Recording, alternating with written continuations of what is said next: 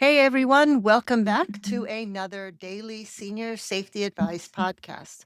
This is the show that helps older adults and family caregivers make smart, simple safety choices so that you can live at home with confidence and peace of mind. I'm your host, Esther Kane. I am a retired occupational therapist, certified aging in place specialist, or CAPS, and a dementia care specialist. And I am so glad that you're here today.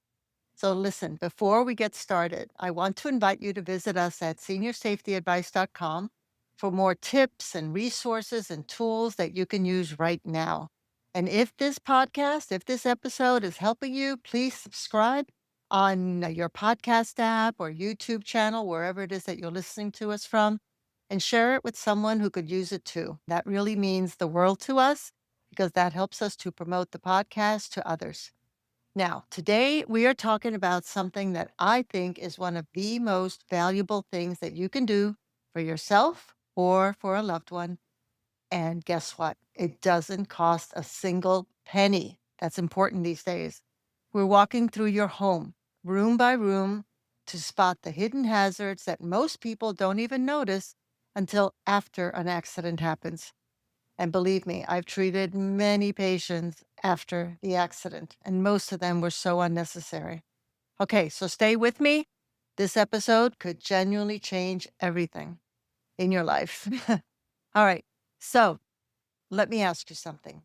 When's the last time you really looked at your home? I mean, not just cleaned it or walked through it, but actually looked at it with fresh eyes. Most of us get so used to our surroundings that we stop seeing the things that could actually hurt us. You know, that step stool that you've been using for years may not be as safe anymore. The bathroom rug that's just a little bit slippery, yeah, not a good idea. The cord running across the hallway, absolutely not a good idea. I don't care if you think you remember that it's there. These things feel normal, but for an older adult or for someone with balance changes, vision changes, memory concerns, they can all be genuinely dangerous. Now, here's something that I want you to hear. Falls are the number one cause of injury in older adults. And I worked in geriatric head injury, and I can tell you that some of those falls are much worse than just a broken bone. It can completely alter your life and your family's life. It only takes a second. And most falls tend to happen right at home, not out in the world where you think it might happen, right inside the place where you're supposed to feel the safest. Now, that's not meant to scare you. I'm sharing that because it means that we have real power here. You have the control. You can change things. You can make your home safer, one room at a time. As an occupational therapist, one of the first things that I always did with a new patient was walk through their home with them, not to judge how they lived. I mean, of course, never that, but to look at how their daily routines interacted with their environment. 9 out of 10 times, we found out at least two or three things that were easy to fix and made a huge difference in their confidence and, most importantly, in their safety. So let's start with the kitchen because this room obviously tends to get a lot of traffic and a lot of action. So, first, think about what you reach for every single day. Are those items easy to get to? Or are you climbing on a step stool or reaching overhead for things that you use all the time? Move those everyday items, your coffee mugs, your plates, your medications, your glasses, down to a comfortable height. Between waist and shoulder is the sweet spot. Now, listen, I want to talk about the floor because kitchen floors can be slippery, especially when they're wet. Loose rugs near the sink or the stove tend to be a real trip hazard. If you love your rugs, then look for ones with a non slip backing. Or better yet, consider removing them from high traffic areas altogether. I personally replaced all of my rugs with flat, they call them vinyl flats. They're vinyl rugs. They have beautiful designs. Look them up anywhere on Google. Several companies sell them, but get the ones that are non slip. They're extremely thin. So the chances of tripping over them are very little. Plus, because they're vinyl, they're ex- they're so easy to clean. And if you have pets, they're even easier than any regular rug. But they have beautiful designs. So check them out. Vinyl flat. All right. Now let's talk about lighting. Kitchens often have good overhead light if you have a more updated or a modern, newer kitchen. But those counter corners and under cabinet spaces can be really dim. If you're cutting vegetables or reading a label in a shadowy spot, I mean, that can really be a problem. Under cabinet lighting is a very easy, affordable fix that you can do for your kitchen and really throughout the house, in the garage, bathroom, wherever you may have cabinets. I also want to say keep a long handled reacher, or some places call them a grabber, in the kitchen. It's one of the most underused tools for staying safe and independent, and it keeps you off that step stool. I have paper towels stored high up on a cabinet because I don't often have to get the paper towels, and I use my grabber to get those paper towels. Of course, you never want to use a grabber or reacher to get something that's heavy or something that's made out of glass. You do not want to do that. So be careful about what you choose and where you put them. For our caregivers who are listening, if you're helping someone with dementia, take a look at the stove. There are stove knob covers, automatic shutoff devices, and even induction cooktops that can easily reduce fire risk without taking away someone's sense of independence in the kitchen. I myself just switched last year to an induction cooktop. Now, we have articles on all of that on seniorsafetyadvice.com. So go check them out. They're thorough reviews on products and where you can get them and how they can be used. But it's one of the best ways to make a kitchen safer, especially if you have someone with some kind of cognitive decline living in the home. All right, now let's take a moment and talk about the room where most falls actually happen, and that you probably already know. If not, it's the bathroom. I know it's a small room. You wouldn't think that it would cause so many falls, but it does. That small room has wet floors, slippery tubs, very little to hold on to when you need to steady yourself. And we are all in and out of that room multiple times a day, including the middle of the night. So here's what I want you to look for in the bathroom. First, grab bars, not towel bars. Don't think that a towel bar can hold your weight. It cannot. Grab bars. A towel bar is not designed to hold your weight, and it can pull right out of the wall if you grab it in a hurry. Proper grab bars installed into the wall studs, not the suction grab bars. Those will not hold your weight. They can hold hundreds of pounds. Of course, check and make sure that it can hold your weight. And they belong near the toilet, inside the shower, inside the tub, outside the tub, or outside the shower, sometimes in the room itself. I've mentioned before, my mom had a very long hallway into her bathroom, and we put grab bars along that hallway. A shower chair or bench is another game changer, even if you don't need one right now. Having one means that you can sit down if you feel dizzy or tired. And believe me, that is a real safety net. And hey, let's not forget the bath mat. You want one with strong suction cups on the bottom, inside the tub or the shower flooring. Outside the tub, use a non slip mat, with a rubber backing, not a fluffy rug that slides around left and right. And if you need assistance or if you feel slippery getting out of the tub or the shower, you definitely need grab bars on the outside to help steady you as you step over or step in. Ideally, a zero threshold shower stall would be the best thing to do, but obviously that requires sometimes or usually a full renovation. One thing that I always checked in the bathroom was the path from the bed to the toilet at night. It sounds simple, but in the dark with sleep still in your eyes, even a familiar path can be tricky. A small night light in the hallway and in the bathroom itself, the kind that turns on automatically in the dark, can make a tremendous difference in nighttime safety. And if you have a bit of a distance from the bed to the bathroom door, then I would try to have as many night lights as I can on that path. All right, so now we move into the bedroom, and this is a room that people don't always think about for safety, but there's really a lot that can be done here. Start with the height of the bed. Your feet should be flat on the floor when you sit on the edge of the bed. If the bed is too high or too low, getting in and out safely becomes much harder. There are bed risers to raise a bed that's too low. And if the bed is too high, sometimes just removing the box spring can help. If it's a wooden frame, sometimes cutting the frame, the pedestals on the floor can help. Sometimes you just have to switch to a whole new bed. But having a bed that's too high or too low is simply not safe as you grow older. Think about what's on the floor around the bed. Are there loose rugs? Are there cords? Do you keep your shoes there? Stacks of books? Any of these can catch your feet when you get up, especially if you're doing it quickly or in the dark. So please declutter that area, make it free and easy to move about. And speaking of the dark, can you reach a light switch or a lamp from your bed? Oftentimes you have to stretch.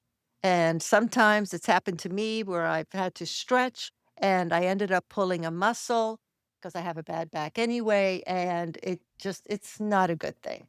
So you should never have to stretch, overstretch at least, or to have to get up and walk across a dark room to turn a light on. But lamps, especially the kind that I have that are touch light, you touch it and it turns the light on or off. Plug-in night lights or motion activated lights are worth every penny. Motion, I think that's what they're called. Lights, lamps. Anyway, keep a telephone or a charged cell phone within reach of your bed. If you need help in the night, the last thing you want to do is to have to get up to go get it. Another recommendation I have is put an Alexa device or Google Hub device in your room. That way, if you can't reach your phone or can't move or whatever, you can use your voice to call for 911 or to call for help. All right. And we also have articles on seniorsafetyadvice.com on how to use Alexa devices for all of that. All right. Let's walk through the rest of the home together now. Now, hallways, stairs, and the living room might all seem, pretty straightforward, but they can definitely hold some real risks. Hallways need to be clear. I can't begin to tell you how many homes I walked through where we had to walk sideways in the hallway because furniture was too big in the hallway or there was just too much clutter. When I say clear, I mean clear. There shouldn't be anything in the hallway except nightlights. No furniture squeezed along the side, no stacked items on the floor. God forbid, no cords crossing the path. A walker or a cane needs a clear lane to move through safely, and honestly, so does everyone else. Stairs obviously deserve a close look. First, are there handrails on both sides? One rail is good, but believe me, two rails are so much better, especially for someone who's lost strength on one side or who has had a stroke. Make sure that the rails are secure, give them a good shake. They should feel solid. You also want to look at the material that the steps are made out of. They're usually, if they're wood, then you want to make sure that you have a stair tread on there so that it's not slippery, because wood can be slippery depending on what you're wearing. Of course, you should be wearing shoes that have a non slip bottom, but I know a lot of my friends walk around in their socks. So a wooden stair, definitely it's important to have the stair treads that make it non-slippery. And lighting over the stairs is very, very important. You don't want to walk down or up a dark staircase. Now, and if you have visual problems, you want to mark the edge of every step so that it's a different color and it's easier to distinguish one step from the other. Now, listen, I just want to reiterate that dim stairwells are really, really dangerous. Most people don't take that too seriously because it requires some reconstruction or electrical work, and they're not willing to do it. But believe me, the end result is not worth it. A simple light switch at both the top and the bottom of the stairs, of course, is necessary. Some families install motion activated stair lights, and those work beautifully. But again, you need electricians to help you figure out what configuration will work in your home. In the living room, look at the furniture arrangement. Is there a clear, easy path to move through the room? And what I mean by an easy path is a path that you can walk through with a walker. Even if you're not using a walker, pretend you're using a walker or borrow someone's walker and walk through your living room with it, because that is the width that you should have between furniture. Oftentimes, I walk into living rooms of my patients and they have this massive coffee table right next to the sofa. Worse yet, it's a square coffee table. They've been scraped and cut and bumped into, bruises and everything because they bump into that coffee table trying to maneuver into and out of the sofa. There's no reason for that. Furniture, any furniture with sharp corners should be protected or altered. Ottomans that roll around or anything that rolls around are things worth replacing. My friend's mother fell, and her father too, because they had those rolling chairs in their living room area, and down they went.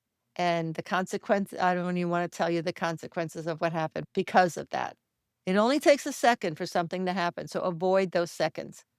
Comfortable furniture doesn't always mean that it's safe, but with a few small changes, it absolutely can be both. I've always encouraged families to do the walkthrough together, not because I wanted to create worry. The opposite. You want to take control of your environment and be as independent as possible for as long as possible. So when everyone understands what the risks are, you can work on solutions together. And that shared process actually builds trust and reduces the anxiety that so often comes with conversations about home safety. Now, for caregivers, for family caregivers, this one's for you. I know that bringing up home safety with someone you love, an aging parent especially, can feel awkward. You don't want them to feel like you're taking over or suggesting that they can't handle things on their own. So here's an approach that has worked really well that I've taught many family caregivers to do that worked quite well. Frame it as something that you're doing together, not something you're doing to them. You're doing it with them. You might say something like, "Hey, I read about this room to room walkthrough idea, and I thought it might be fun to try together. Would you walk through the house with me?" That simple shift from evaluation to exploration changes everything. Emphasize that that you're doing it for yourself because you want to make your home as safe as possible for yourself. And you'd like to do the same for your loved one as well. So come help me. I'll tell you what I read in the article and we'll talk about it. So if your loved one, though, has dementia, familiar environments are genuinely important for their sense of safety and to help to keep them calm. But so don't rearrange everything at once. Make small, intentional changes and watch how they respond. Their comfort matters as much as the physical safety changes that are needed. So you may definitely, well, actually, not you may, I would definitely recommend that you speak with an occupational therapist and get a referral from your physician and do that process with the occupational therapist to help you decide how to modify the home for that person with dementia, because it is a whole different ball game in that instance. All right, so let's bring all together. A room by room home safety walkthrough doesn't have to be a big project. You can do one room at a time or ask a family member to help you with it over a weekend. Just pick one or two things, make a list, and then just go down the list bit by bit. You're looking for four major things in every room: lighting, flooring, clutter, and support. And by support, I mean grab bars.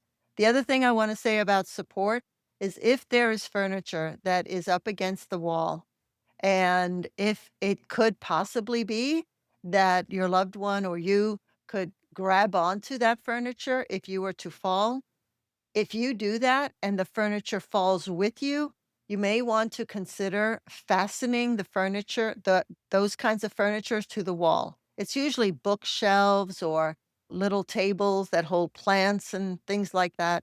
You can fasten them. There's products like that on Amazon or in your local hardware store that you can do, and it can help to make the fall, if it were to happen, much less severe. All right. Can you see well as you're going through a room? Is the floor safe? Is the path clear? Is there something to hold on to if you need to?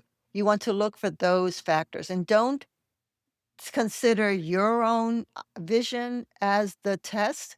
You want to, although you can't see how your senior loved one is seeing, that's why you want to go through the house with them.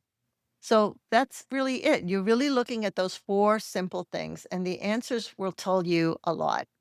So I'd really encourage you to do this, not because something is wrong, but because you deserve to feel confident in every corner of your home. Your home should be the place where you feel safest in the world. And with just a little attention, there's no reason why it can't be. All right. So I want to thank you. That's it for today. Thank you so much for spending this time with me today. It truly means everything. Again, if you'd like more tips and free resources just like these, head on over to seniorsafetyadvice.com. I've got lots there for you. And if you're looking for a certified aging in place specialist in your area or services for seniors, then check out aginginplacedirectory.com. There are wonderful professionals there who are ready to help. If this podcast or this episode has helped you in any way, one of the biggest ways that you can support us is by subscribing, leaving a review, liking the episode. Those simple actions may seem small. They literally only take a second or two, but they really do make a huge difference. They help us to promote the podcast to reach more people, especially seniors, family caregivers, and other professionals who may need this information and support right now. And honestly, your support helps us to continue creating these episodes day after day. So thank you for being here. Thank you for listening. And thank you for helping me to spread this message to others who may benefit from it. I'm Esther Kane. Stay safe, stay confident, and I'll see you in the next episode.